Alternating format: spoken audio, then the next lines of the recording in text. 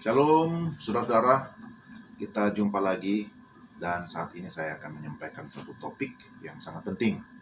Topik yang saya bawakan itu adalah menang atas persoalan. Menang atas persoalan ataupun peperangan. Saudara, ada ungkapan berkata, hidup ini adalah perjuangan. Ya. Kenapa kita harus berjuang?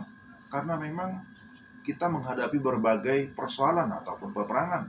Baik itu peperangan rohani, maupun peperangan yang berkaitan dengan masalah-masalah finansial, masalah keluarga, pekerjaan, dan lain-lain.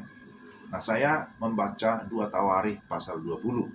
Di dalam 2 Tawarikh 20 dikisahkan tentang Yosafat yang menghadapi peperangan dengan Bani Moab, Bani Amon, dan juga orang Meunim.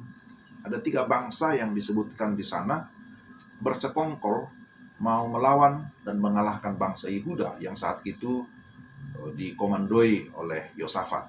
Kalau dilihat dari segi kuantitas, tentulah hal ini tidak menguntungkan bagi Yehuda. Namun demikian, ayat 27 menyatakan bahwa Yehuda mengalami kemenangan atas musuh-musuhnya. Pertanyaannya, bagaimana mereka menghadapi peperangan? Dan bagaimana mereka akhirnya mengalami kemenangan? Ada beberapa prinsip yang kita bisa lihat berdasarkan 2 Tawarikh pasal 20. Saudara, kalau punya Alkitab, bisa membaca dalam 2 Tawarikh pasal 20. Pertama, mereka mengenali musuh atau persoalan. Ayat 1 dan 2 menjelaskan bahwa musuh itu ada, yakni Bani Amon, Moab, dan Meunim. Mereka bukan hanya ada, tapi punya kekuatan atau laskar yang besar. Jadi mereka mengetahui atau mengenali musuhnya. Nah, kita juga harus menyadari bahwa sesungguhnya musuh kita bukan hanya dari luar, tetapi juga seringkali dari dalam diri sendiri. Keinginan kita yang tidak terkendali berkaitan dengan keinginan daging, keinginan mata, keangkuhan hidup, itu juga merupakan musuh-musuh yang memang harus kita kalahkan. Yang kedua, mengakui ketidakmampuan kita. Mengakui ketidakmampuan. Ketika Yosafat mengetahui musuhnya besar, ia merasa takut. Ayat 3 ya. Ini adalah satu sikap yang jujur. Bahkan dalam ayat 12 dia berkata, kami tidak punya kekuatan menghadapi laskar yang besar ini. Ini tentu manusiawi. Dia jujur mengakui bahwa dia terbatas, bahwa dia tidak mampu. Yang menjadi masalah adalah jika kita tidak tahu persoalan, kita tidak tahu musuh kita, dan juga kita tidak jujur mengakui bahwa kita sebenarnya tidak mampu menghadapi musuh itu. Banyak orang begitu ya, yang tidak jujur atau malu mengakui bahwa dia adalah orang yang terbatas. Jadi jangan ada yang mengira bahwa dia mampu mengatasi persoalan seorang diri tanpa Tuhan. Nah, orang Batak bilang, jangan sok jago gitu ya. Jangan sok jago kau, jago-jago pun katanya. Tapi setiap orang harus mengakui bahwa dia memang terbatas. Ketiga, mencari Tuhan atau membawa persoalan kepada Tuhan. Nah, ketika Yosafat merasa takut, apa yang dia lakukan? Dalam ayat 3, nyatakan ia mengambil keputusan untuk mencari Tuhan. Ini adalah langkah positif. Kita sebut langkah iman. Langkah yang benar. Sebab banyak orang ketika menghadapi persoalan, larinya bukan kepada Tuhan, tetapi kepada manusia. Bahkan kepada orang yang dianggap orang kuat, paranormal. Yosafat menyerukan kepada seluruh Yehuda, bukan hanya berdoa, tapi mereka berpuasa, mencari Tuhan. Mereka datang dari semua kota dan berkumpul di Yehuda untuk mencari Tuhan. Yosafat menjadi kuat karena ada perkumpulan, ada persekutuan orang-orang yang percaya, yang berserah kepada Tuhan.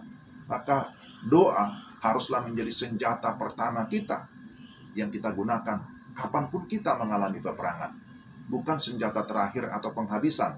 Jadi jangan kalau kita sudah tidak bisa berbuat apa-apa, baru datang kepada Tuhan. Harusnya sejak awal memang kita harus datang kepada Tuhan, kita berdoa kepada Tuhan. Nah, apa isi doa Yosafat? Isi doanya adalah sebuah pengakuan bahwa Allah adalah Allah yang hidup, Allah yang berkuasa, Allah yang berkuasa dahulu, sekarang, bahkan juga masa yang akan datang sampai selama-lamanya. Dia berkata, kami tidak punya kekuatan, kami tidak tahu apa yang harus kami lakukan. Tetapi, saudara, dia berkata, mata kami tertuju kepadamu. Ayat 12. Dia bergantung sepenuhnya kepada Allah. Dan yang keempat, ketika mereka sudah berserah kepada Tuhan, Allah memberi respons atau jawaban. Apa yang dikatakan oleh firman Tuhan dalam ayat 15 bagian B, janganlah kamu takut dan terkejut karena laskar yang besar ini, sebab bukan kamu yang akan berperang, melainkan Allah. Jadi di sini dikatakan, bukan kamu yang berperang, melainkan Allah. Jika kita mengandalkan kekuatan sendiri, pasti kita kalah. Itulah sebabnya kita harus mengandalkan Tuhan. Dia sanggup melepaskan kita dari musuh-musuh dan memberi kemenangan.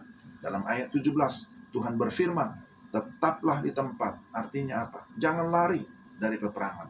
Jangan pernah lari dari masalah. Kita harus menghadapinya. Tapi kita ingat bahwa kita tidak menghadapi sendiri, sebab kita sudah menyerahkannya kepada Tuhan. Dan Tuhan berjanji, Tuhan berkata, aku menyertai kamu.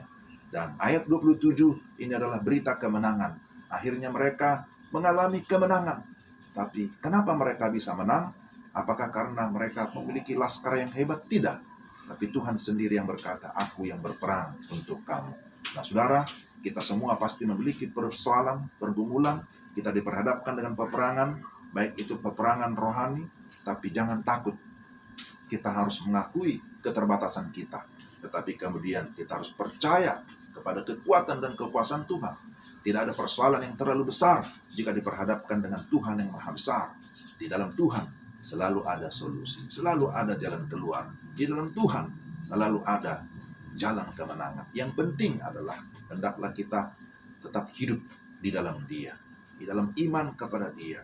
Siapa Dia? Dialah Tuhan kita, Yesus, yang adalah sumber kemenangan kita.